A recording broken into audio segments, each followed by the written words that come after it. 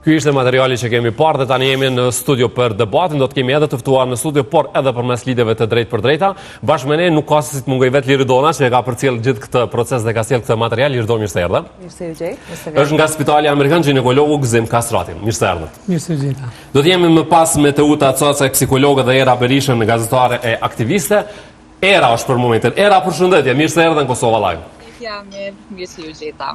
Faleminderit shumë. Do të jemi edhe me ty tash, por do doja që të nisim pak me Liridonën në fakta, që na përshkruante se si ishte ky procesi, para se të nisim pak bisedën të jethe që natyrisht bashkë me gjithë familjarët, po e bashkë ndjejat emocionin që ishte. Si ishte për ty si gazetare për të përcjellë këtë histori? Po, Amir, po më do këtë veç gazetare s'kam qenë a ditë, se jam përfshjedhon me familjarët edhe emocionet e tyne.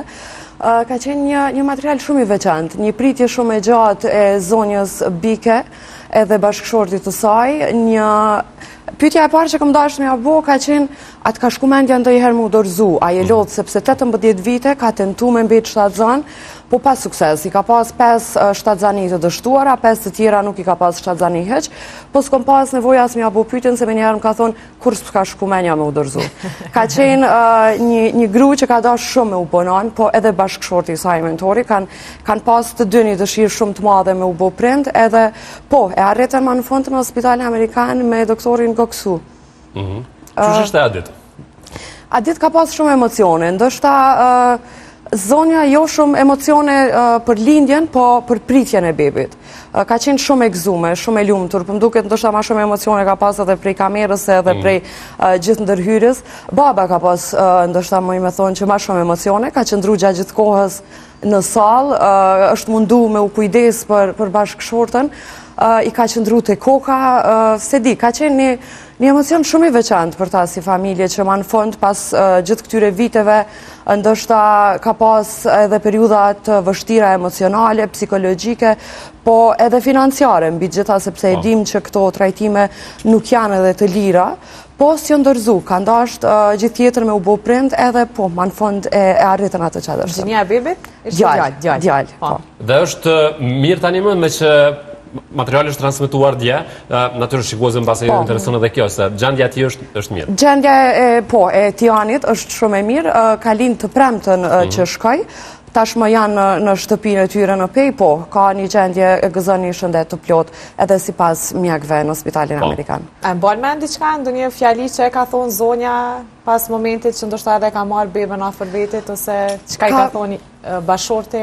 Kanë pas shumë emocione të dy. Pas lindjes, zonjën nuk kam dashur me mundu shumë me fol, sepse ka qenë pothuajse gjatë gjithë kohës në lot. Po, ka qenë shumë emocionale, njëjtë ka qenë edhe babai. Ka pas emocionet shumë të mëdha. E pas ke përjetu dhe ti Liri. E kam përjetu, po njëjtë, sepse po më kujtojnë emocionet e asaj dite prindve që prisnin gjatë gjithë kohës me lot në sy. Zonjës nuk kam pas mundësi me folë shumë pas lindjes, ka qenë gjendje të mirë shëndetësore, po s'kam dashur me rëndu ndoshta emocionalisht. Baba e kemi pa edhe në material që nuk kam ujtë edhe me folë shumë, se ka qenë një emocion i papërshkruar. Dhe po dhe sa po fliste, mëse e kuptueshme. Doktor, për çfarë flet ky rast konkret? Ky rast është një rast i rrallë shtatzanis pak në moshë, e cila përcjellet me shumë vështirësi deri në këtë pikë, po rezultati është finale shumë i mirë, edhe ju kanë gëzuar padyshim prindërit fillimisht, po edhe ne si mjek edhe si ekipi ju kemi gëzuar këtij fakti dhe kësaj të arriture. Çdo gëzim për ditë e përjetojmë edhe na, njëkohësisht edhe dështimet i përjetojmë si edhe rime.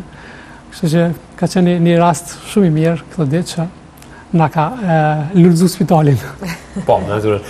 Do të kemi shumë pyetje për ju, por nuk dua t'i lëm që të presin edhe mysafirët që të marrin të paktën nga një koment të parë. Era, shpesh edhe tek zanat është folur për IVF-in, nuk e di nëse arritet ta përcjellësh edhe materialin ose ke parë në rrjetet sociale një koment të parë për këtë që e tha edhe Liridona fakt, që kjo 51 vjeçare nuk është dorëzuar asnjëherë bashkë me bashkëshortin e saj dhe më në fund kanë arritur të bëhen prindër. Amir ishte një histori shumë emocionuese dhe fillimisht unë i përgëzoja qeft për durimin, sepse 18 vite të përballësh me shumë sfida është goxha shumë dhe ne dim që në Kosovë ka pasur shumë raste kur janë përballur me këtë lloj vështirësive, ka pas shumë ndarje të çifteve, sepse gjithmonë është fajsu gruaja dhe pastaj janë ndarë edhe burri ka vazhduar ndoshta me dikon tjetër. dhe pash ato një burr i cili përqendronte për krah bashkëshortës tij, me shumë emocione, ishte aq shumë krenari dhe mund të them me plot gojën që ishte një shembull se si duhet me qenë. Pastaj, unë mendoj që këto paragjykimet ndaj grave për çështjet e fëmijëve janë shumë të theksuar në Kosovë, sepse ne e dimë që në momentin që të martohesh, tek ne fillojnë ato pyetje se kur do të keni fëmijë, sepse ende tek ne suksesi për të pasur fëmijë është suksesi më i arritur në jetë, e që kjo nuk duhet të jetë domosdoshmërisht, sepse sukseset e një çifti nuk maten vetëm me këtë aspekt. E qartë, po. Dhe për këtë shpesh e thash edhe më herët, është folur dhe ka qenë debate zona. Ajda, shkojna tek psikologja? E kemi edhe psikologën Teuta Çaça, ju urojmë mirëseardhje. Mirë se vini në Kosova Live. Mirë se gjej, faleminderit për ftesën. Faleminderit shumë. Do shta një koment për këtë storje, e poam edhe gjendjen emocionale të gruas që solli në jetë fëmijë në moshën 51 vjeçare. Po. Po mundohena shumë shkurt, fillimisht është një temë e cila realisht në vendin tonë ende është tabu, ende nuk jepet merita e duhur dhe hapësira e duhur për mu trajtu në mënyrën më të mirë të mundshme. Por duhet kuptojmë që IVF nuk është vetëm një procedurë mjekësore, por për çiftet është edhe një gjendje emocionale shumë e madhe, e cila realisht rezulton me një pritje shumë të gjatë, me një pasiguri shumë të madhe, po të njëjtën kohë ka edhe shpresë të jashtëzakonshme që do të ekzistojë një lajm i mirë me një rezultat pozitiv. Do të thotë për këtë arsye gjithmonë them që mbështetja psikologjike është shumë e rëndësishme në këtë proces, sepse kjo na ndihmon me menaxhu të gjitha këto emocione, stres, ankth, pritje të gjata që mund të kenë çiftet. Ne e dimë që zakonisht e kemi tendencën që ne të identifikojmë një farë formë identitetin tonë me anë të stilit të prindrimit.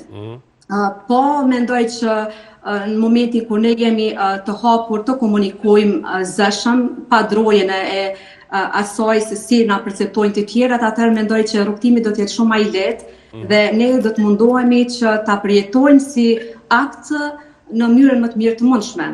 Sot flasim për rezultate shumë të mira dhe pozitive, siç ka qenë rasti i gruas 51 vjeçare, ku pas dhe tentativave arrin të bëhet nën. Uroj që me të vërtetë secila ta ketë mundësinë e tillë, po jo ta merr si një lloj presioni psikologjik që me patjetër prindrimi është një plotësim i individit për të qenë i lumtur ose jo. Teuta, për këtë çështjen e presionit, edhe nëse vetë çifti nuk e ka këtë presion, gjithsesi ndonjëherë ky presion vjen edhe nga shoqëria. E tha edhe Era pak më herët e ndërlidhi këtë që ka një presion të jashtëzakonshëm ndaj çifteve, sidomos të reja, më njëherë janë këtu pyetjet kur do të bëheni prindër. Si ndikon realisht në aspektin psikologjik, sepse prandaj sot jemi këtu në gjitha anët ta diskutojmë këtë çështje. Si ndikon tek një çift kjo pyetja e vazhdueshme për prindërim? Në fakt jo rastisht e ceka në fillim që kjo nuk është vetëm një rrugë mjekësore, po është edhe psikologjike. Patjetër që presioni psikologjik ka pasojat e veta në shëndetin mendor, sepse gjithmonë mundohemi që ta mshirtim këtë lloj fakti e të mos ta flasim zëshëm. Do thotë një çift mund të përjetoj ankth, mund të përjetoj stres, mund të mbrinë në stadin e depresionit, po mund edhe të prish raportin mes çiftit, sepse janë dy kontradikta që në një farë forme ti mundohesh të gjesh mesin. Do thotë në këtë rast ne kërkojmë mbështetjen e familjarëve, po edhe personave të afërt që na rrethojnë, që të jenë më empatik, të jenë më mbështetës, edhe të jenë aty për të na dëgjuar pa paragjykim. Po, ta pyesim doktorin, sepse ndërlidhet kjo që natyrisht ky presioni që bëhet nga shoqëria shpesh ndikon themin në aspektin psikologjik. Por me sa kemi informacione edhe gjatë procesit të IVF-it, edhe gjatë shtazanisë në përgjithësi, sidomos gra duhet ta kenë një qetësi, nuk duhet kenë presion sepse ajo ndikon edhe nëse mund të mbesësh shtatzën apo jo. Gjithmonë thuhet që nuk duhet ketë stres, sepse mund ndikoj. Sa është e vërtetë kjo, doktor? Stresi mund të ketë ndikim negativ, përket ndoshta nuk mund me kompetencë të plot flas janë psikologë dhe psikiatrat që mund të flasin më gjatë, por në përgjithësi stresi ka efekt negativ edhe përkundër asaj që ne mundohemi me bë maksimumin dhe rezultatet shpesh herë i dim që do të vinë edhe pse nuk mund me caktu me kohë, prapse pacientët që ju nënshtrohen shumë ndërhyrjeve qoftë kirurgjikale, qoftë ndërhyrje që kanë lidhje me procedurat e IVF-it, si për shembull anestezioni, kanë atë stresin e krejt procedura, e këto rritë edhe ma shumë e pritur e asaj që nuk është definitive, nuk është 100% e sigurt. Nuk është ajo që e presin. Ne me atë sëdime mundohem të me qenë empatik me pacientat, po prapë nuk mund të zëvendësojmë rolin e psikologën këtë rast, i cili do të ishte shumë i fortë dhe shumë lehtësues. Po, doktor, a është tashmë një fakt që kërkesat për IVF janë rritur? Nuk mund të them këtë, por dikun rreth 15% e qifteve vujnë në një farë forme nga problemet me fertilitetin. Dhe këtu qiftet janë më të emancipume dhe kërkojnë ndihmë më herët. Dhe kjo është edhe ajo që kisha rekomandu. Organizata Botërore e Shëndetësisë thotë se nëse një qift nuk arrin sukses të ketë një shtatzani brenda 12 muajve, duhet të fillojë një hulumtim mjekësor për të zbuluar shkakun. Kemi plot raste që këtë e mshefin ndoshta për të panjohur, ndoshta për shkak të paragjykimeve dhe vinë pas 5 viteve, pas 10 viteve ku fillon të përfundojë edhe periudha biologjike e fertilitetit. Kështu që ne rekomandojmë që këto qifte të vinë me kohë, të paraqitet me kohë dhe shifet që qiftet e reja kërkojnë ndihmë më herët. Edhe kjo ndoshta është arsyeja pse identifikohen faktorët dhe ndoshta qiftet që kanë nevojë për procedurat e frytënimit asistuar mjekësor është rrit numri i tyre për shkak që kërkojnë ndihmë më herët. Dishta mund lidha mirë edhe me ato që tha Era, po edhe psikologja pak. Edhe zonja Bike ka tregu edhe prapa kamerave që pas çdo dështimi ka qenë edhe ai presioni që ja kanë bë rrethin ndoshta edhe pa vedije, pa dashje, ndoshta edhe familjarët duke dashur me pa me fëmijë. Po ka tregu që ka përjetuar ajo një presion psikologjik prej njerëzve pas çdo dështimi. Do të thotë nuk ka qenë mjaftueshme të dështoj shtatzania ose të mos mbes fare shtatzën, po ka pas edhe një farë lloj shpjegimin thojza mja u dhon njerëzve për rreth, po qysh e përmendja dhe psikologja duhet ndoshta për kraja më e madhe e bashkëshortit, që në këtë rast është pa që zonja në fjalë ka pas një përkrahje shumë të madhe emocionale, po edhe psikologjike të bashkëshortit dhe kanë qenë bashkë në këtë betejë 18 vjeçare. Ishte më së dukshëm ajo mbështetja. Doktor gjithsesi, për një 51 vjeçare, rreziqet janë. Kështu që le të ndalim pak edhe në këtë pjesë që mos t'i shmangim, cili është rrugtimi që e pret, domethënë, një grua të një moshë të tillë për t'u bërë nën. Çfarë duhet të ketë kujdes dhe cilat janë rreziqet kryesore? Mbi moshën 40 vjeçare bjen fertiliteti, bukur shumë. Mbi moshën 45 vjeçare kjo rrëmje është shumë rapide. Rreziqet mbi moshën 45 vjeçare po ashtu janë shumë në nivel më të lartë se në moshën e rinisë.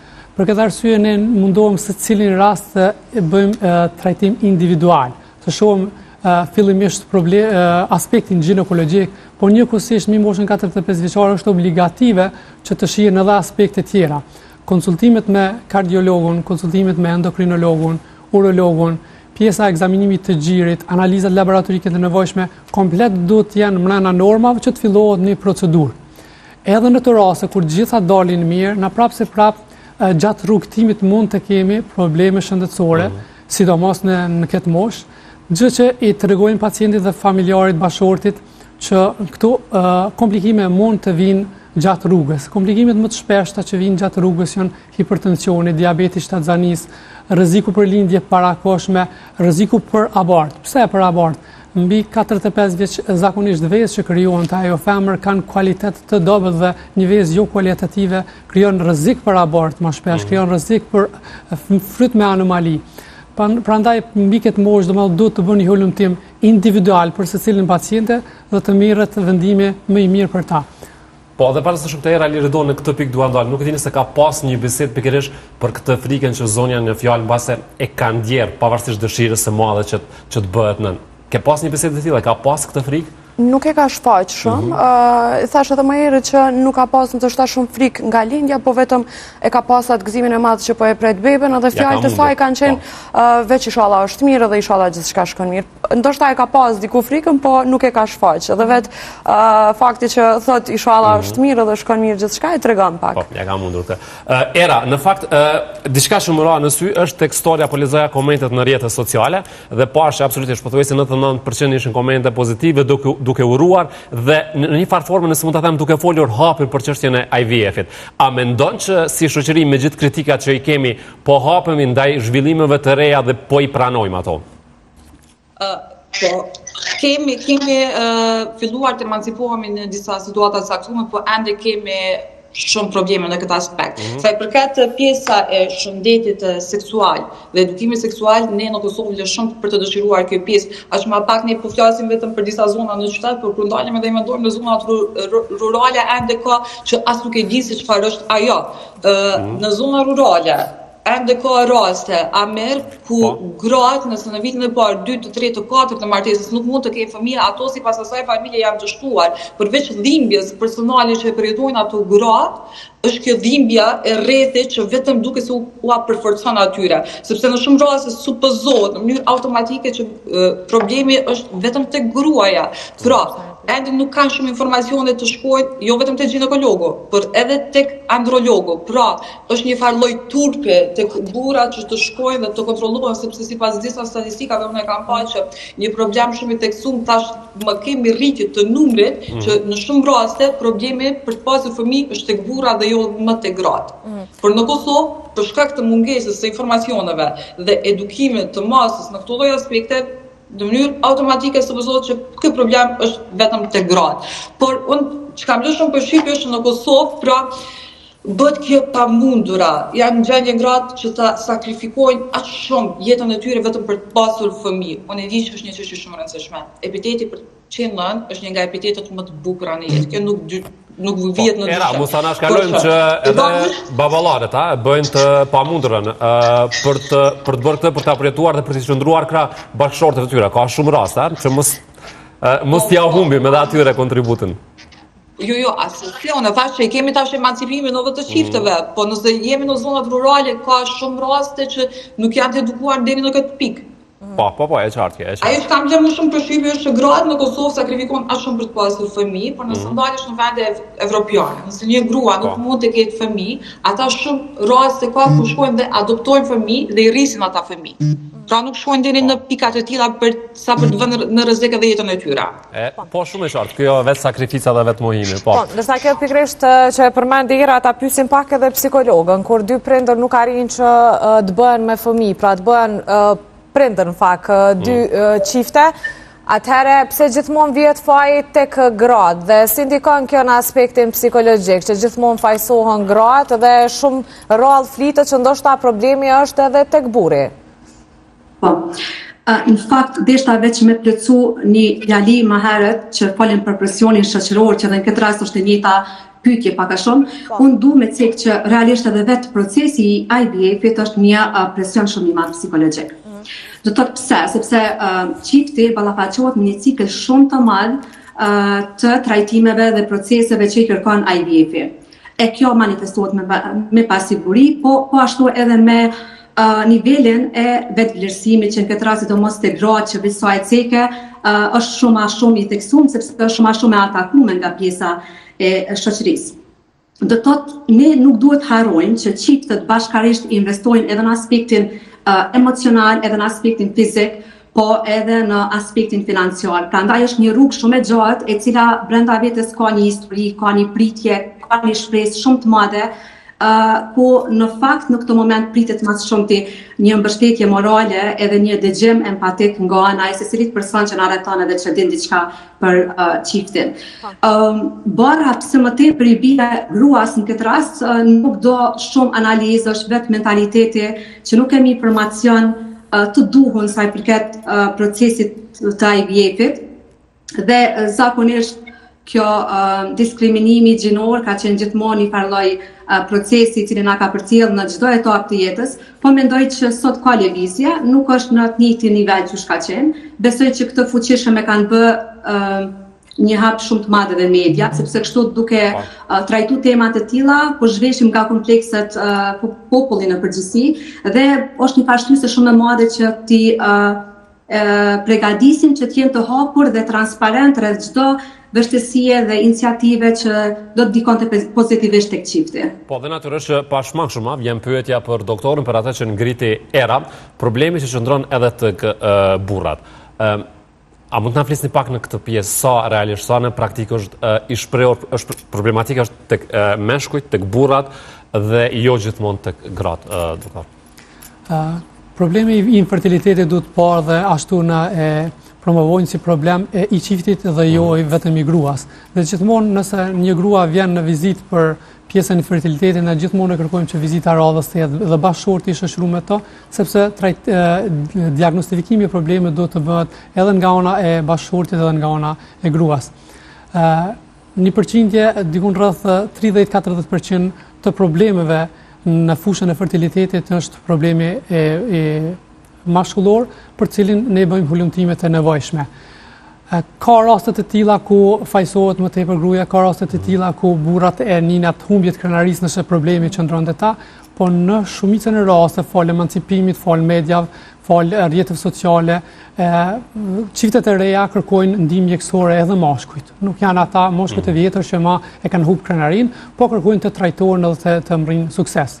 Të çiftet e reja po ashtu e shohim një mbështetje bukur të madhe të bashkëshortit për gruan e tyre, por në zona rurale, në zona të tilla mund të ketë edhe raste kur nuk e gëzojnë mbështetjen dhe nuk e tregojnë empatinë qoftë bashkëshorti, qoftë familja. Edhe hezitojnë, sigurisht, që me edhe me i bo këto kontrollet. Sigurisht. Ajo çka unë mund ta them si mjek, që procedurat e IVF-it nuk është një procedurë astronomike, nuk është një procedurë që nuk duhet të pranohet për arsye se gjithçka punohet rreth çiftit, rreth bashkëshortit dhe bashkëshortës për të mundësu prindërimin e tyre, për të identifikuar dhe të tejkaluar ato pengesat të cilat i njohin, po shpesh herë në 30% të rasteve bëhet fjalë për infertilitet të pashpjegueshëm që nuk dihet shkaktari. E në mungesë të këtij mosnjohje të këtij problemit, përmes procedurave të IVF-it mund ato çifte të kalojnë këto vështirësi dhe të bëhen prind. Nisan çka gjatë viteve ka mujt me hasën që stresi ndoshta kjo mendoj që ka pas problem. Kemi çifte që kanë bënë IVF dhe mas një viti ka ardhur shtatzania natyrale. Unë mendoj se pikërisht është largu stresit të ky çift dhe ka ardhur shtatzania natyrale. Prandaj pyeta më sepse shpesh ankohen që ndoshta edhe stresi nuk i ka lënë shumë të lirë që kemi raste të tilla. Por sa i përket emancipimit, unë mendoj që çdo ditë më tepër çiftet janë të emancipuar dhe përkraja e bashkëshortit në vizita që mund bjen ti shoh është e madhe ndaj bashkëshortes. Po, na vjen mirë për këtë, siç na vjen mirë që sot pam diçka të bukur, dëgjuam mesazhe shumë të rëndësishme. Liridon edhe të dielën, do të vazhdoj le të themi ky tregimi, meqense do të kesh në shnet astorin, por edhe tjetër të ftuar, një tjetër mjekë. Po, do të kem doktoreshën Rita Demiri, është pediatre, edhe doktoresha ka qenë po ashtu dhe doktori ka qenë në sallë a ditë gjatë lindjes. Pediatri, neonatologu janë gjithmonë të nevojshëm në sallë të lindjes, që pastaj ata merren me foshin, pasi ginekologu edhe ekipi mjekësor e përfundojnë punën e tyre.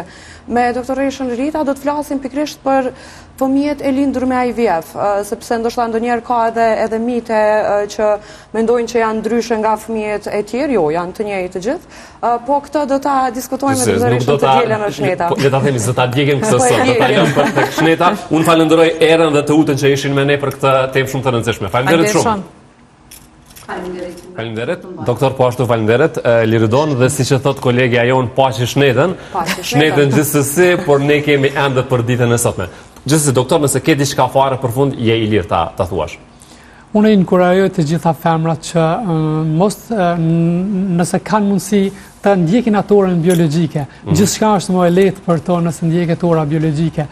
Periudha e fertilitetit për 25. Po tani edhe kjo ora biologjike është një lloj presioni që ju bëhet. Tamam. Presion shumë profesional. Tamam. Ora biologjike është ndoshta ajo periudha më e mirë, kisha thënë 25 deri në 35, me këto nuk duhet i përjashtoj mi 35, me këto nuk duhet të paragjikoj sepse shëndeti dikuj është shumë më i mirë të mosha 45 se sot dikush me 25 vjeçare. Kisha marrë një analogji thjesht ndoshta sikur dikush që pensionohet në moshën 65 vjeçare e mundet edhe psikikisht edhe fizikisht me qenë më i mirë se këtu në studio që jemi. Kështu që nuk duhet të paragjikohet gjithmonë mosha, por ora biologjike ka rëndësinë e vet. Kështu që a dëgjuat? Po, doktor, veç kjo është një temë tjetër. Kishim marrë ditë me folë, kemi diskutuar shpesh. Kjo është tani diskriminimi që bëhet më njëherë. Që kam në limitën, kufi. Jemi po imun ndaj këtyre deklaratave. Po. Faleminderit shumë, ne estim me folë për këtë histori shumë të mirë.